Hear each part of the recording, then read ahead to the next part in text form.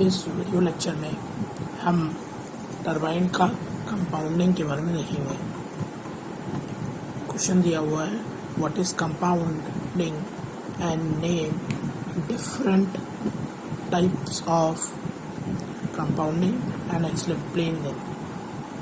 देखिए, compounding is a method for reducing the rotational speed of turbine. देखिए, क्या होता है कि जब बॉयलर का हाई प्रेशर स्टीम जो है वो टरबाइन में एंटर करता है तो उसका स्पीड जो है वो बहुत ज़्यादा होता है यदि सिंगल स्टेज टरबाइन जो है वो हम यूज़ करते हैं। इसीलिए सिंगल स्टेज की जगह पे हम मल्टी स्टेज टरबाइन यूज़ करते हैं। मल्टी स्टेज टरबाइन यूज़ करने से फ़ायदा क्या होता है कि हम जैसा चाहे वैसा उसका स्पीड जो है वो रिड्यूस कर सकते हैं। तो कंपाउंडिंग वही काम करता है। यदि सिंगल स्टेज टरबाइन होगा तो उसका प्रेशर वेलोसिटी जो है वो 3 लाख आरपीएम तक 30,000 से 3 लाख आरपीएम तक पहुंच जाता है, बट हमें उसको 3,000 आरपीएम तक रखना है, इसीलिए हम लोग कंपाउंडिंग करते हैं। तो यहाँ देखिए, the steam produce in the boiler has got very high enthalpy high होता है, इसीलिए उसका वेलोसिटी भी हाई होता है, क्योंकि स्टडी फ्लो इक्वेशन में हमने देखा था कि वेलोसिटी जो है वो डायरेक्टली रिलेटेड होता है एंथैल्पी के साथ। In all turbine the blade velocity is directly proportional to the velocity of the steam passing over the blade. ये आपने देख ही लिया कि वेलोसिटी जो है वो डायरेक्टली प्रोपोर्शनल होता है किसका, जो ब्लेड से स्टीम पास होता है उसके। ठीक है, अब हमको स्ट्रक्चर को बचाने के लिए उसकी कंपाउंडिंग करनी पड़ती है। तो यहाँ पे वही दिया हुआ है, if the steam is expanded from the boiler pressure to the condenser pressure in a single stage, then its velocity will be very high. At high speed, the centrifugal force are very high, which can damage the structure. Hence, compounding जो है needed. यही हमने अभी बताया था आपको कि velocity के कारण जो आरपीएम है, स्पीड जो है वो बहुत ज़्यादा बढ़ जाता है, और स्पीड जो है वो अप्रॉक्सीमेट 30,000 आरपीएम से आपका 3 लाख आरपीएम तक होता है। ये जो है आपके स्ट्रक्चर को डैमेज कर सकता है। इसी चीज़ से बचने के लिए हम क्या करते हैं, कंपाउंडिंग करते हैं। कंपाउंडिंग कैसे होता है, बॉयलर प्रेशर से आपका कंडेंसर प्रेशर तक अलग अलग स्टेजेस में कंपाउंडिंग करते हैं। अब कंपाउंडिंग के जो है वो डिफरेंट मेथड्स होते हैं, ये मैंने लिख भी दिया है, different methods of compounding. First है आपका वेलोसिटी कंपाउंडिंग, सेकंड है आपका प्रेशर कंपाउंडिंग, और थर्ड है आपका pressure velocity compounding.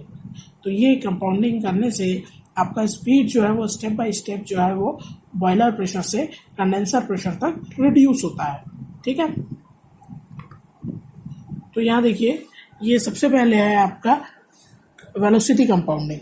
Velocity compounding में हम क्या करते हैं, सबसे पहले ये सेटअप है।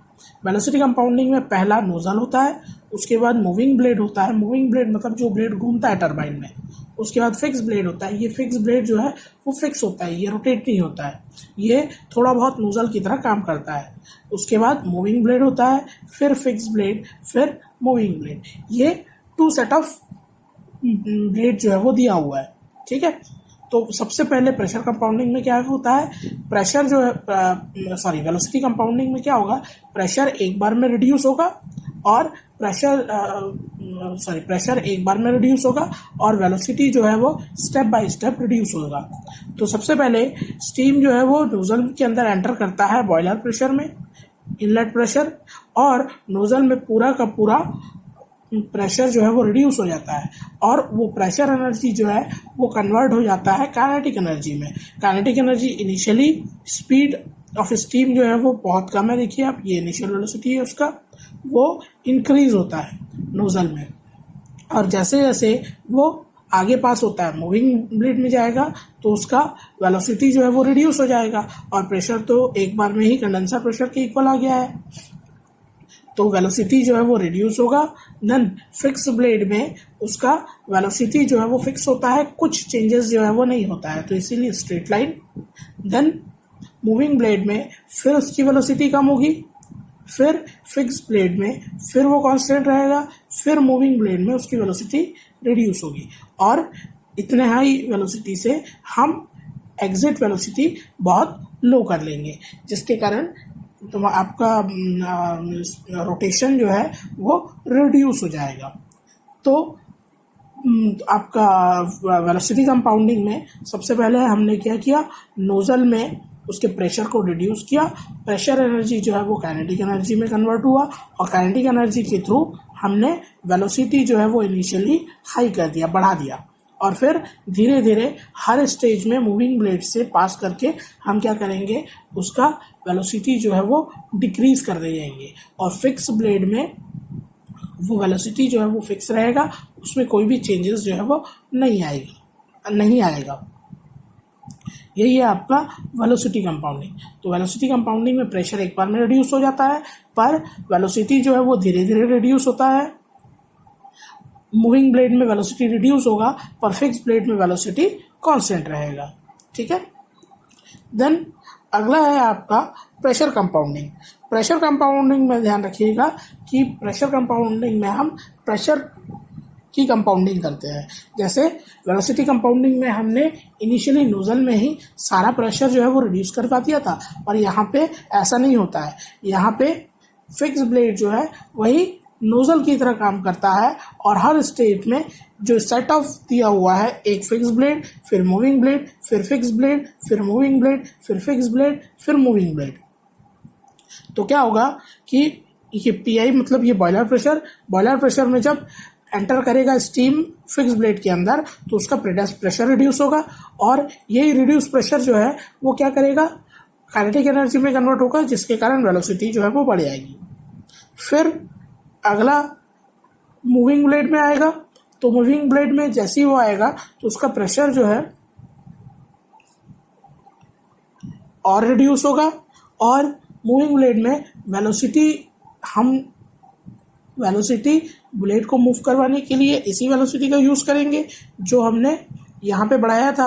तो यहाँ पे मूविंग ब्लेड में वो वेलोसिटी जो है वो डिक्रीज हो जाएगी। यहाँ पे ध्यान रखिएगा कि फिक्स ब्लेड जो है वो नोजल की तरह काम करता है। वहाँ पे हमने नोजल में पहले एक ही बार में प्रेशर को डिक्रीज करके आपका वेलोसिटी इंक्रीज कर लिया था, पर यहाँ पे स्टेप बाय स्टेप करते हैं। फिक्स ब्लेड में प्रेशर रिड्यूस होगा, वेलोसिटी इंक्रीज होगा, देन उसी जो प्रेशर से रिड्यूस करके जो काइनेटिक एनर्जी हमने यूज़ किया था उससे इसको हम इंक्रीज करेंगे, और मूविंग ब्लेड में हम उसको रोटेट करेंगे, वो जो स्पीड रहेगी। ठीक है। मूविंग ब्लेड में और प्रेशर रिड्यूस होगा, देन फिक्स ब्लेड में और प्रेशर रिड्यूस होगा, मूविंग ब्लेड में और प्रेशर रिड्यूस, फिक्स ब्लेड में फिर प्रेशर रिड्यूस, मूविंग ब्लेड में फिर प्रेशर रिड्यूस। तो ये जो एग्जिट में निकला ये आपका कंडेंसर प्रेशर ही है। कंडेंसर प्रेशर में वो आउट हो गया। बट वेलोसिटी का क्या रहेगा, वेलोसिटी जो है वो फिक्स ब्लेड में इंक्रीज होगा, फिर उसी वेलोसिटी को यूज़ करेंगे रोटेशन ऑफ ब्लेड के लिए, और मूविंग ब्लेड में वही वेलोसिटी जो है वो डिक्रीज होगी।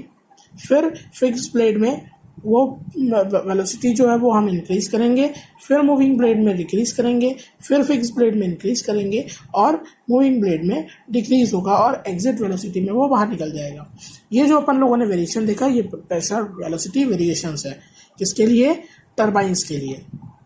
नेक्स्ट अगला जो है वो वेलोसिटी प्रेशर कंपाउंडिंग है, या प्रेशर वेलोसिटी कंपाउंडिंग है। इसमें प्रेशर और वेलोसिटी दोनों एक साथ कंपाउंड होते हैं। कैसे? यहाँ पे देखिए, ये जो सेट है वो nozzle, moving blade, fix blade, moving blade, ये एक सेट है। फिर nozzle, moving blade, fix blade, moving blade, ये एक सेट है। तो होता क्या है कि बॉयलर प्रेशर में हमने प्रेशर एंटर किया, यहाँ पे नोजल में, नोजल जो है वो पूरे के पूरे प्रेशर को रिड्यूस करता है और वेलोसिटी को जो है वो इंक्रीज कर देता है। ठीक है। तो प्रेशर एनर्जी जो है वो काइनेटिक एनर्जी में कन्वर्ट हो जाता है। देन नेक्स्ट, जैसे ही वो मूविंग ब्लेड में पहुंचता है, वेलोसिटी जो है वो डिक्रीज होता है और वो रोटेशन करने के लिए, ब्लेड को रोटेट करने के लिए यूज हो जाता है। फिर फिक्स ब्लेड में वो वेलोसिटी जो है वो कांस्टेंट रहता है और फिर वो जब मूविंग ब्लेड में आता है तो उसकी वेलोसिटी जो है वो डिक्रीज होती है और उसके फिर दूसरा जो है वो प्रेशर नोजल में डिक्रीज होगा और पूरे मूविंग और फिक्स ब्लेड में कांस्टेंट रहेगा। फिर जो हमने फिर से जो प्रेशर है उसको हम स्टीम को हम नोजल में भेजेंगे। नोजल में भेजने के कारण हमारा प्रेशर और डिक्रीज होगा, कहाँ तक? कंडेंसर प्रेशर तक। अब नोजल में वेलोसिटी फिर से इंक्रीज हो गई, फिर मूविंग ब्लेड में जाएगा तो वेलोसिटी डिक्रीज होगी, फिक्स ब्लेड में वेलोसिटी कांस्टेंट रहेगी और मूविंग ब्लेड में फिर से वेलोसिटी जो है वो डिक्रीज होगी और ये आपका एग्जिट वेलोसिटी और ये आपका कंडेंसर प्रेशर। ठीक है, तो ये प्रेशर और वेलोसिटी में वेरिएशन है। तो आपको यही चीज़ जो है वो एग्जाम में लिखनी है, यही डायग्राम आपको बनाना है और तीनों का प्रेशर वेलोसिटी कंपाउंडिंग, साथ ही साथ आपको इसका मूविंग ब्लेड डायग्राम बनाना है। और जो मैंने अभी बताया आपको कि ये वेरिएशन, प्रेशर और वेलोसिटी का वेरिएशन कैसे कैसे हो रहा है, यही आपको बताना है। ठीक है, कुछ डाउट होगा तो पूछ लीजिए। Thank you.